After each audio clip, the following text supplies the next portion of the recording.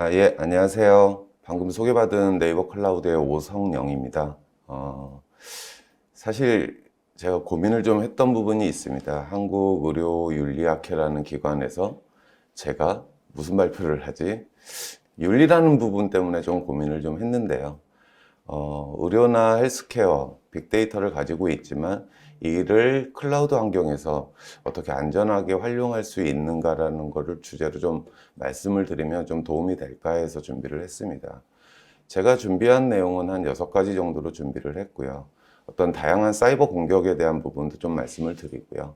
보안에 대한 사고 사례, 그리고 어떤 보안 수준 분석도 좀 진행을 할 말씀을 드리고요.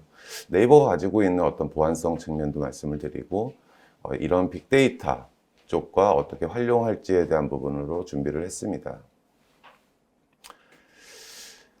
그리면서 보시면 익숙한 용어들이 보이실 겁니다. 랜섬웨어라든지 디도스, 멀웨어. 뭐 이런 다양한 공격들이 계속적으로 생성되고 계속 발전되고 있는데요. 이를 하나하나 대응한다는 건 사실 불가능하고 어렵고 합니다. 그래서 이런 부분에 대해서 경각심을 가지고 준비를 해야 되지 않을까, 대비를 해야 되지 않을까 생각하고 있습니다. 그러면 이제 이 멀웨어라는 게 하루에 글로벌로 본다면 약 한 45만 개가 매일 개발되고 생성되고 있습니다. 이를 올해 이제 1분기 숫자로만 보면 5,500만 개라고 하는 어마어마한 숫자가 지금 개발되고 공격을 준비하고 있다고 보시면 될 것 같습니다. 10년 추이를 본다면 2019년도에 약 10억 개 정도가 2020년도에 11.4억 개로 한 13% 정도가 증가를 했는데요. 그래프상으로 보시게 되면 연평균 약 한 14%의 증가율을 보이고 있기 때문에 계속적으로 증가하고 있다는 부분에 경각심을 좀 가질 필요성이 있습니다. 사고 유형별로 본다면 물론 개인정보 유출이 가장 크겠지만 국내에 5천만 건, 글로벌로 보면 총 16억 건 정도가 2019년도에 해킹 사고로 유출이 됐던 사례도 있고요. 업종별로 본다면 국내 빨간색 그래프인데 IT나 제조, 다음으로 이제 의료 쪽이 많이 높아지고 있습니다. 사실 이 의료의 그래프 기울기는 굉장히 높은 기울기로 계속적으로 빠르게 증가하고 있기 때문에 이 부분에서는 저희가 같이 고민해야 될 포인트가 좀 있다고 생각을 하고 있습니다.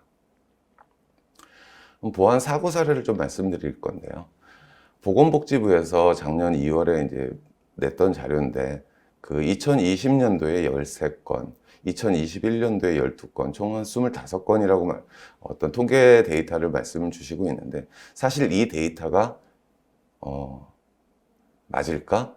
사실 숨겨진, 신고되지 않은 숫자와 그리고 가장 중요했던 부분은 모르고 넘어가는 케이스들도 굉장히 많다라고 알고 있습니다. 그래서 이런 수치를 더한다면 좀 더 많은 수치가 지금 계속적으로 공격 대상이 되고 있다고 보시면 될 것 같고, 사실 작은 의원급은 뭐 이해할 수 있는 부분도 있을 거라고 생각을 할 수 있을 겁니다. 근데 종합병원 이상에서도 공격이 계속 발생되고 있다는 부분은 좀 준비를 해야 될 것 같고요.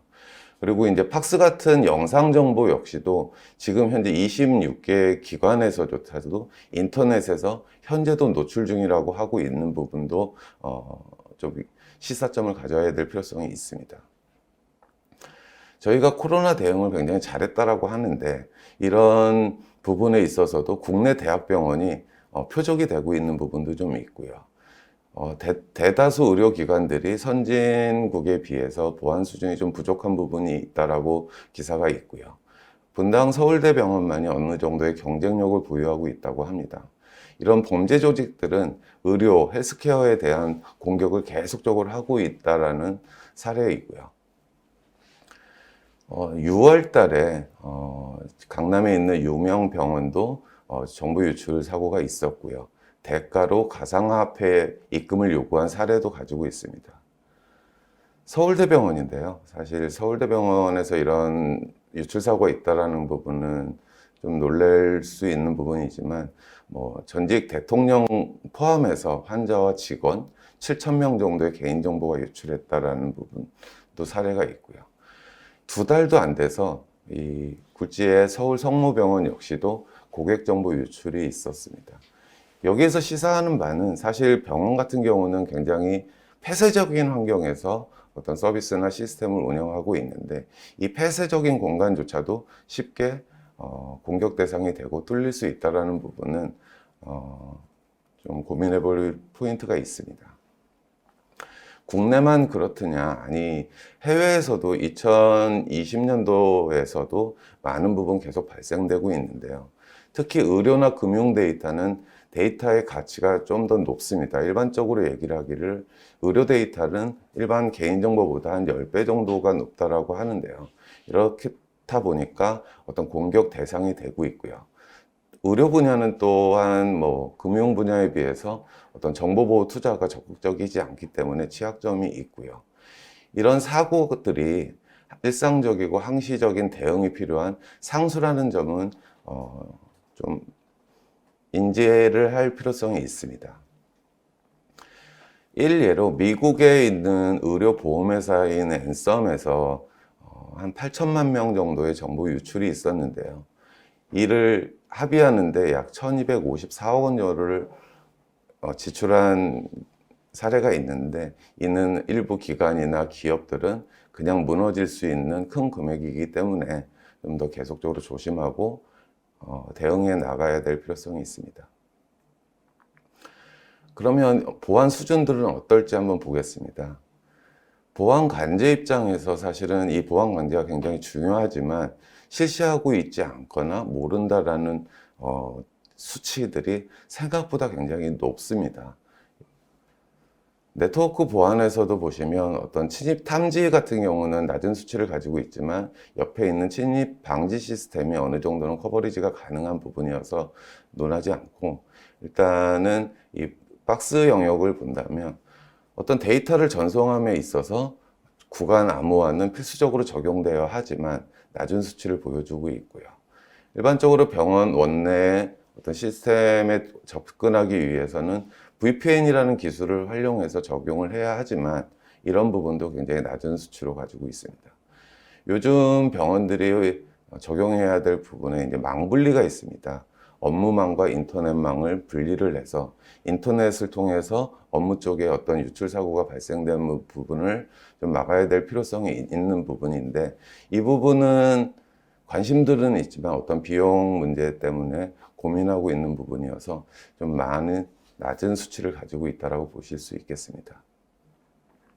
DB 보안 많은 부분 진행하고 있다고 볼 수 있겠지만 사용자의 비밀번호나 환자의 고유 식별조차 암호화하지 않은 부분도 일부 보이고 있기 때문에 이 부분에 대해서도 의료기관들이 재고해 봐야 되지 않을까 싶습니다. 많은 병원들이 모바일을 기반으로 어떤 서비스를 함에 있어서 많은 니즈를 가지고 있고 진행하고 있는 상황이지만 보안적인 측면에서는 굉장히 낮은 수치로 서비스가 만들어지고 있기 때문에 이를 통해서 발생될 어떤 보안 사고는 미리 예방해야 될 필요성을 가지고 있다고 생각을 하고 있습니다. 그럼 저희가 가지고 있는 보안성 측면을 말씀을 드리면 사실 공공이나 금융 같은 경우는 법 규제로 별도의 데이터 센터를 가지게 만들어져 있습니다. 그렇지만 네이버 같은 경우는 이제 의료도 좀 더 고민하고 있는 부분이어서 별도의 의료전이라는 걸 만들어 가지고 다른 민간이나 공공과 다른 격리된 환경을 가지고 있다고 보시면 될 것 같고요. 저희의 보안 서비스 맵인데 네트워크 측면에서 어떤 안티 디도스, 디도스를 막고 침입 탐지를 하고 침입 방지를 하고 관련돼서 어떤 방화벽 수준에서 맞는 네트워크 수준의 어떤 서비스를 가지고 있습니다. 그리고 어떤 사이트나 앱, 그리고 파일에 대한 보안 위협 탐지나 차단을 할 수 있는 서비스도 가지고 있고요. 일반적으로 제일 중요하다고 보는 게 어떤 취약점 점검 활동이 또 있어야 되는데 이를 이제 웹 기반, 앱 기반, 시스템 입장에서 어떤 취약점 점검 활동을 할 수 있는 서비스도 가지고 있고요. 이러한 서비스들을 적재적소에 잘 만들어서 적용한다면 안전한 환경을 만들 수 있다고 보실 수 있고요. 예를 든다면 현재 네이버가 20년 넘게 전 국민 대상으로 서비스를 하고 있습니다. 이 네이버가 지금까지 단 한 번의 정보 유출이 없다는 부분은 이런 서비스들을 잘 활용하고 있다고 보시면 될 것 같습니다.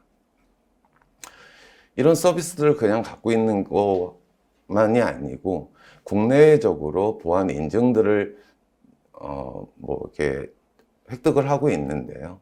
저희 같은 경우는 그 취득수 자체로도 최대고, 그래서 가장 안전한 클라우드라고 해서 글로벌하게 인증을 획득하고 있다고 보시면 될 것 같습니다. 24시간 365일 보안 관제를 하고 있는데요. 일반적인 병원에서 한두 명의 어떤 전문 인력을 가지고 보안 관제를 하는 수준이 아니고, 저희 같은 경우는 네이버를 포함해서 몇백 명의 인력이 상시 모니터링을 하고 있고요.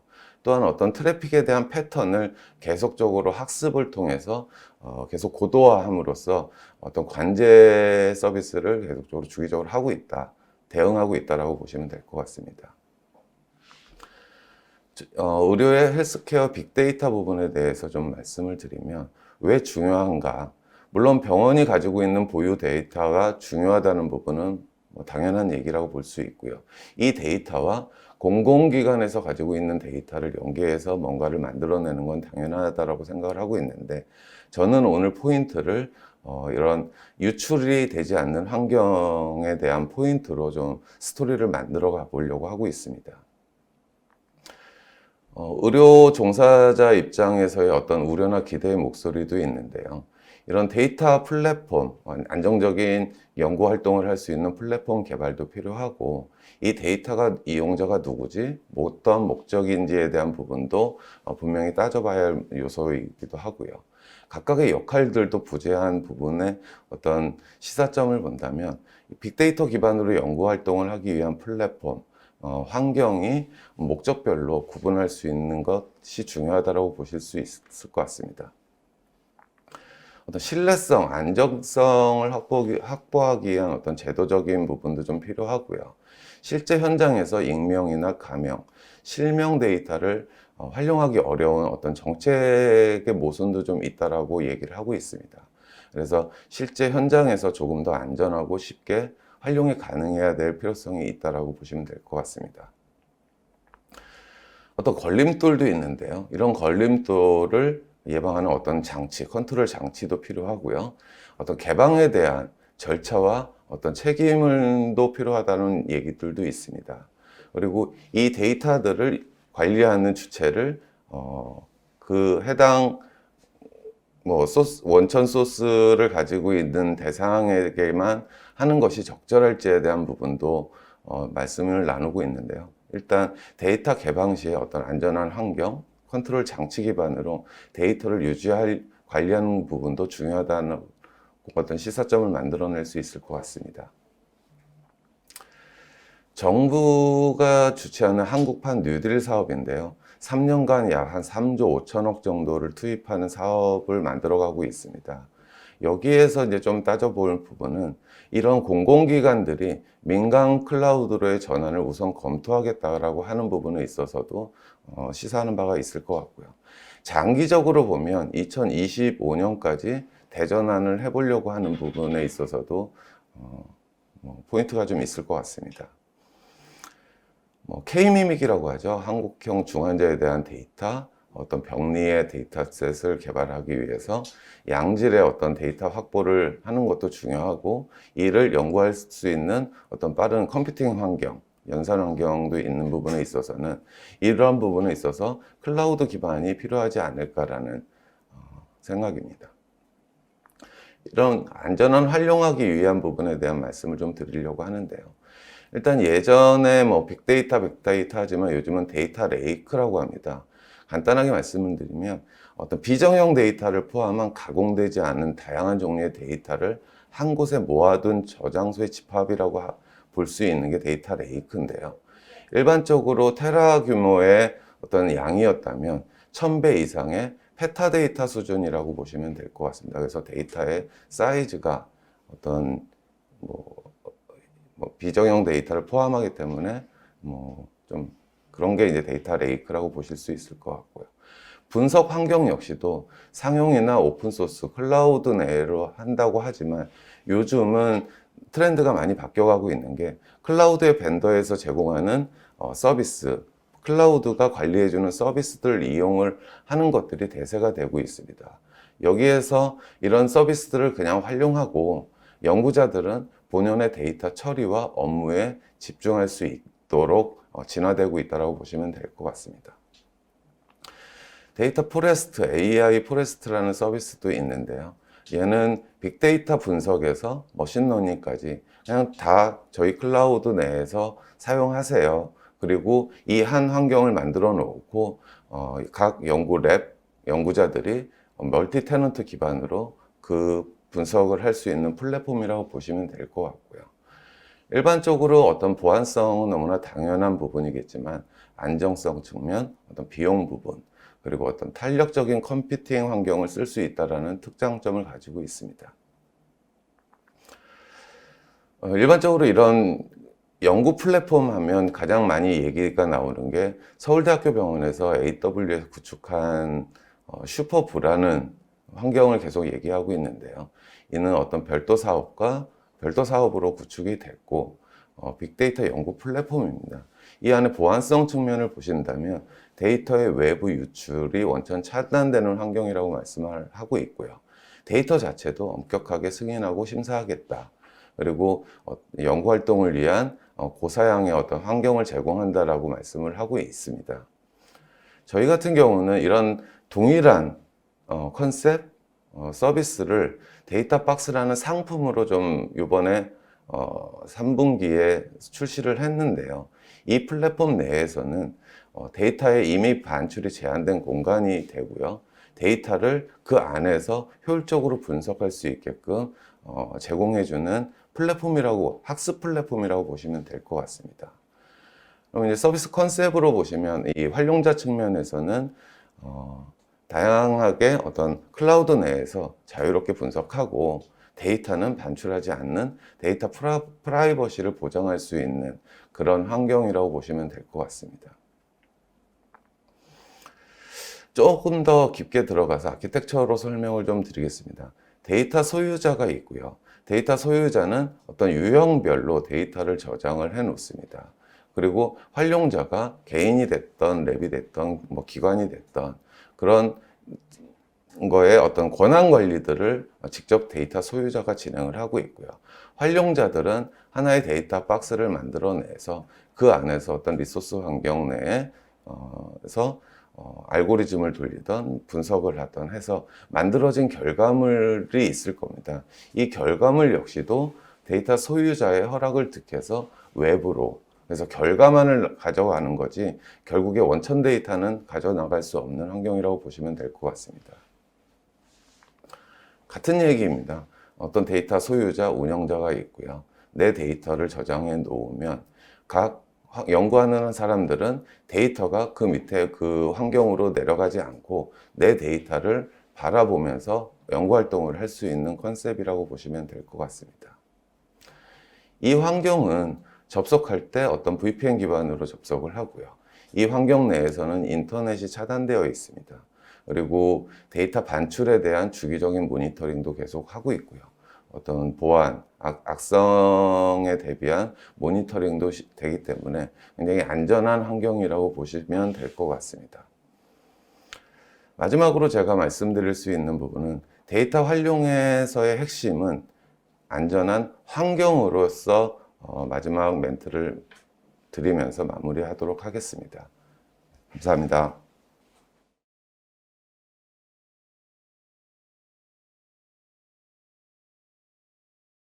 네, 감사합니다. 오성영 부장님의 그 클라우드에 대한 기본적인 개념, 그리고 활용 방법, 특히 비용과, 그 보안 측면에서, 데이터베이스 보안 측면에서 훨씬 더 클라우드가 굉장히 좀 더 비용 효율적이다라는 이야기를 해주신 것 같습니다.